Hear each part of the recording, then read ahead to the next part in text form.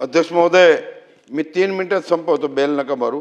2026-27च्या अर्थसंकल्पावर बोलत असताना अन्न नागरी पुरवठा व ग्राहक संरक्षण विभाग अध्यक्ष महोदय, माझ्या अंधेरी पूर्व मतदार क्षेत्रात सीधावाटप कार्यालय 26D हा भाडेतत्वावर अध्यक्ष महोदय, याच्यासाठी कायमस्वरूपी कार्यालय उपलब्ध करून देण्यासाठी भरीव निधी शासनाने द्यावी अध्यक्ष महोदय।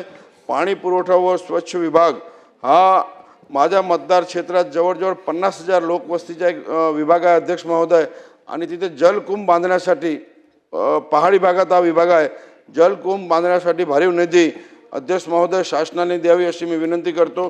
अध्यक्ष महोदय, गृह विभागावर बोलत असताना माझ्या मतदार क्षेत्रात मुंबईत सर्वात मोठी हा पोलीस वसाहत अध्यक्ष मंत्री महोदय स्वतः तिथे पाहणी करून गेलेले आहेत राज्यमंत्री महोदय, आणि हा इथे परिस्थिती अत्यंत वाईट आहे अध्यक्ष महोदय। त्याच्या रिपेरिंगसाठी, रस्त्यासाठी किंवा नाला सफाई, पाणी पुरवठ्यासाठी निधी उपलब्ध करून द्यावी अध्यक्ष महोदय। माझ्या विभागात 2 police station, Andheri police station आणि MIDC पोलीस स्टेशन, आज जवळजवळ दोघे इमारती अध्यक्ष महोदय 60-70 वर्ष झालेले आहेत।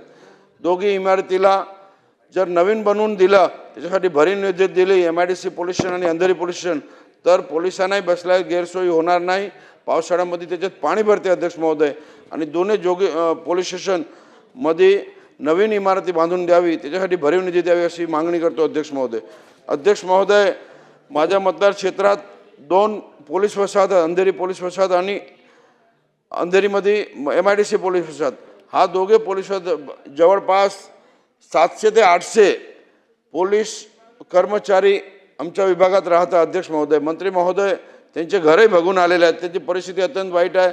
तिथे नवीन इमारती होत आहेत, जर आपण ते लोकांना नवीन इमारतीमध्ये शिफ्टिंग केलं आणि त्यांना परमानेंट नावाने घर करून द्या, मी तर असं बोलतो अध्यक्ष महोदय पोलिसांना, एवढी मागणी करतो आणि माझ्या शब्द संपवतो। जय हिंद, जय। आणि मंत्री महोदयांना सगळ्यांना मी मनापासून अभिनंदन करतो की आमच्या ऐकून ते स्वतः इथे बसले। सगळ्या नवीन सदस्याच्या वतीने मंत्री महोदयांना अभिनंदन।